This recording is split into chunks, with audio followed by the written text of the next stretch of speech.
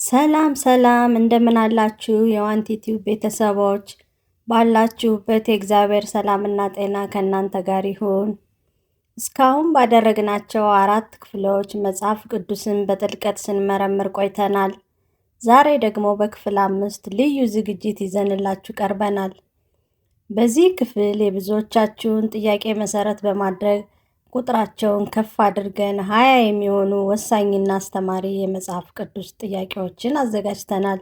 እነዚህን 20 ጥያቄዎች ተከታትለው በመመለስ መንፈሳዊ ዕውቀቶን ለማሳደግ ዝግጁ ነዎት? ቪዲዮውን ከመጀመራችሁ በፊት ግን ለቻናሉ አዲስ ከሆናችሁ ሰብስክራይብ በማድረግ ቤተሰብ ይሁኑ። ቪዲዮውንም ላይክ በማድረግ አጋርነታችሁን ግለጹልን። አሁን በቀጥታ ወደ ዛሬዎቹ 20 ጥያቄዎች እንለፍ። አንደኛው ጥያቄ በታላቅ መከራ ውስጥ አልፎም እግዚአብሔርን ያልካደውና በትዕግስቱ የሚታወቀው ጻድቅ ማን ይባላል? ሀ ኢዮብ፣ ለ አብርሃም፣ ሐመሮሃ ይስሐቅ።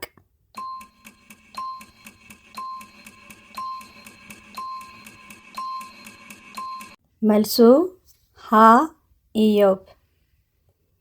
ሁለተኛው ጥያቄ ጌታችን ኢየሱስ ክርስቶስ ከመያዙ በፊት በጌቴሴማኒ የአትክልት ስፍራ ሲጸልይ አብረውት የነበሩት 3 ሐዋርያት እነማን ናቸው? ሀ ጴጥሮስ፣ ያዕቆብና ዮሐንስ፣ ለ እንድርያስ፣ ፊልጶስና በርተሎሜዎስ፣ ሐመሮሃ ማቴዎስ፣ ቶማስና ታዴዎስ።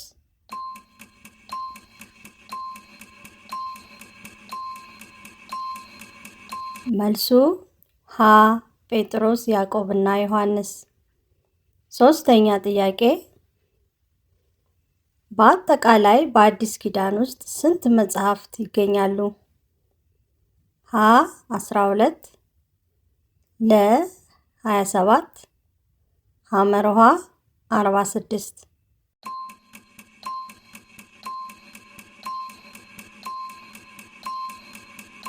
መልሱ ለ 27።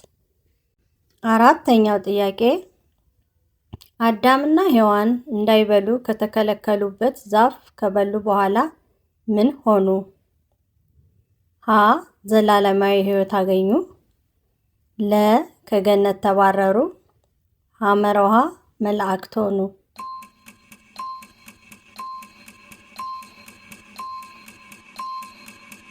መልሱ ለ ከገነት ተባረሩ። አምስተኛ ጥያቄ ቅዱስ ጳውሎስ ክርስቲያኖችን ለማሰር ወደ ደማስቆ ሲሄድ በብርሃን ተገልጦ የተጠራው ማን ተብሎ ይጠራ በነበረበት ጊዜ ነው? ሀ ሳኦል፣ ለ ሲላስ፣ ሐመሮሃ በርናባስ።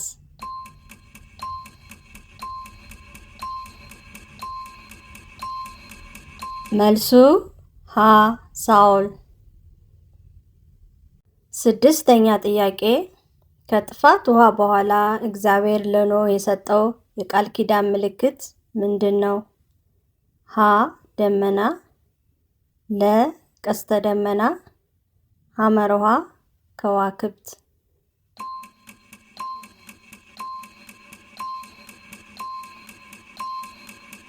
መልሱ ለ ቀስተ ደመና።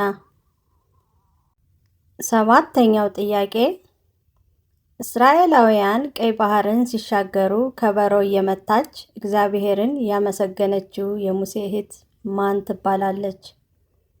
ሀ ማርያም፣ ለ ዲቦራ፣ ሐመሮሃ አስቴር።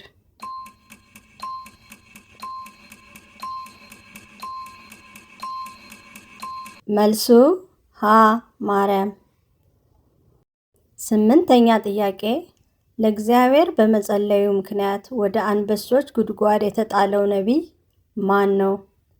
ሀ ኤርምያስ፣ ለ ሕዝቅኤል፣ ሐመሮሃ ዳንኤል።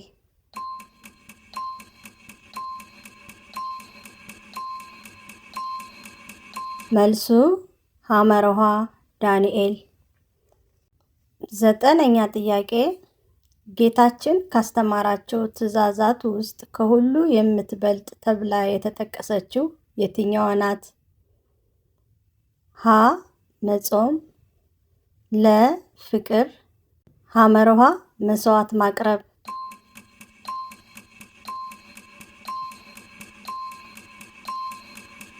መልሱ ለ. ፍቅር። 10ኛው ጥያቄ የንጉሥ ሰለሞንን ጥበብ ለመስማት ከኢትዮጵያ ተነስታ ኢየሩሳሌም የሄደችው ንግሥት ማን ትባላለች? ሀ. ንግሥት ኢሌኒ፣ ለ. ንግሥት ሳባ ወይም መቅዳ፣ ሐመርሃ ንግሥት ህንደኬ።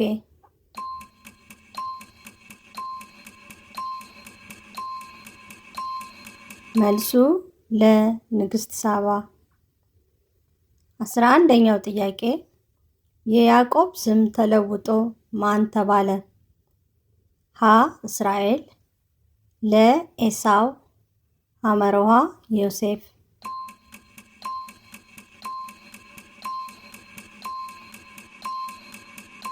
መልሱ ሀ. እስራኤል። 12ኛ ጥያቄ ጌታችን ኢየሱስ ክርስቶስ ትምህርቱን የጀመረውና የተጠመቀው በስንት ዓመቱ ነበር? ሀ. በ12 ዓመቱ፣ ለ. በ30 ዓመቱ፣ ሐመርሃ በ33 ዓመቱ።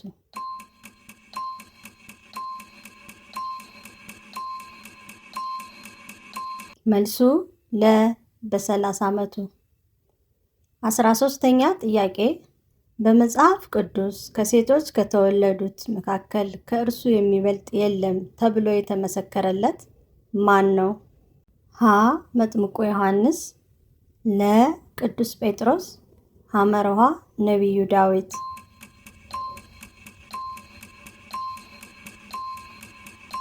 መልሱ ሀ. መጥምቁ ዮሐንስ። 14ኛው ጥያቄ የእስራኤል ልጆች የኢያሪኮን ቅጥር ለማፍረስ ለስንት ቀናት ዞሩት? ሀ. ለ3 ቀናት፣ ለ. ለ7 ቀናት፣ ሐመርሃ ለ12 ቀናት።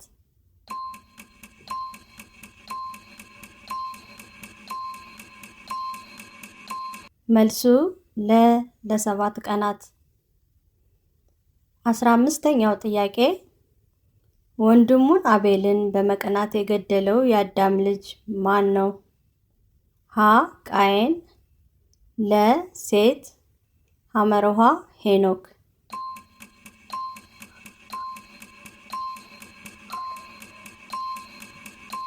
መልሱ ሀ. ቃየን። 16ኛ ጥያቄ ጌታችን ኢየሱስ ክርስቶስ ከተሰቀለ በኋላ የገዛ መቃብሩን የሰጠው ባለጸጋ ሰው ማን ይባላል? ሀ. ኒቆዲሞስ፣ ለ. የአርማትያሱ ዮሴፍ፣ ሐመርሃ ዘኬዎስ።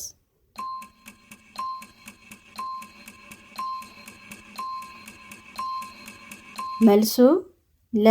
የአርማትያሱ ዮሴፍ። 17ኛ ጥያቄ ነቢዩ ዮናስ በትልቁ ዓሣ ሆድ ውስጥ ለስንት ቀናትና ሌሊት ቆየ? ሀ. ለ1 ቀን፣ ለ. ለ3 ቀንና ለ3 ሌሊት፣ ሐመርሃ ለ7 ቀን።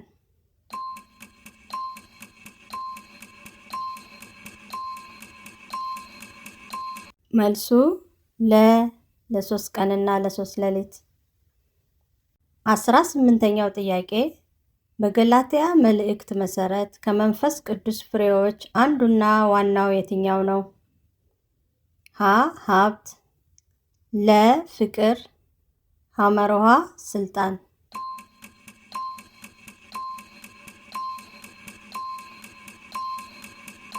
መልሱ ለ. ፍቅር። 19ኛው ጥያቄ ቅዱስ ጳውሎስ ወንጌልን ከማስተማር ጎን ለጎን ራሱን ለማስተዳደር ይሰራው የነበረው ሙያ ምን ነበር? ሀ. አሳ አጥማጅ፣ ለ. ድንኳን ሰፊ፣ ሐመርሃ ሐኪም።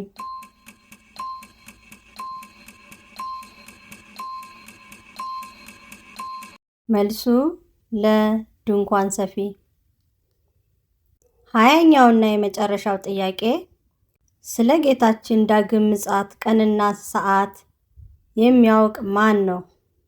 ሀ. መላእክት ለ.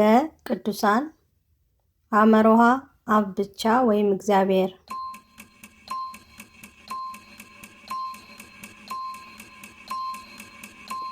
መልሱ ሐመሮሃ አብ ብቻ ወይም እግዚአብሔር። እንደ ሁልጊዜው አንድ ቦነስ ጥያቄ ጠይቃቸዋለሁ። ብፁዓን ልባቸው ንጹሕ የሆኑ እነርሱ እግዚአብሔርን ያዩታልና የሚለው ትምህርት የት ይገኛል? ሀ. በተራራው ስብከት ማቴዎስ ምዕራፍ 5 ለ. በዮሐንስ ራእይ ሐመሮሃ በኦሪት ዘፍጥረት።